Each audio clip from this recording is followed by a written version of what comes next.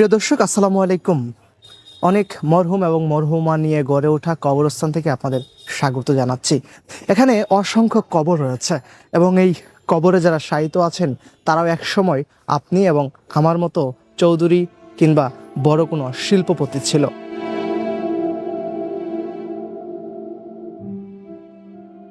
আজ সময়ের বিবর্তনে সেই পদবিওয়ালা মানুষগুলা নীরবেই হারিয়ে গিয়েছেন মাটির সাথে।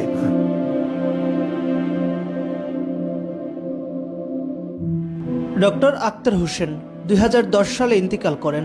সময়ের ব্যবধানে অনেক কিছু বদলে গেছে, কিন্তু মেয়ে রওশান আক্তারের হৃদয়ে বাবার স্মৃতি আজও অমলিন।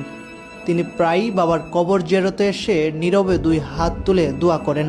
অস্ত্রসিক্ত সেই প্রার্থনায় ফুটে ওঠে এক সন্তানের গভীর ভালোবাসা, শ্রদ্ধা আর না পাওয়ার শূন্যতা, নিঃশব্দ বেদনা।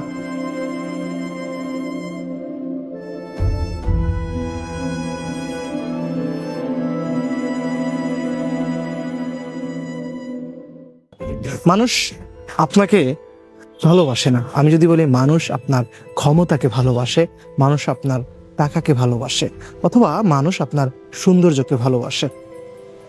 তাই এই কবরে শায়িত হওয়ার আগেই আপনাকে আমাকে বিশাল এক প্রস্তুতি নিয়ে যেতে হবে, কারণ এই কবর আপনাকে, আমাকে এবং টাকাওয়ালাকে কিংবা বড় কোনো ক্ষমতাবানকে চিনে না। কবর চিনে ইমান আর আমল এলাকে।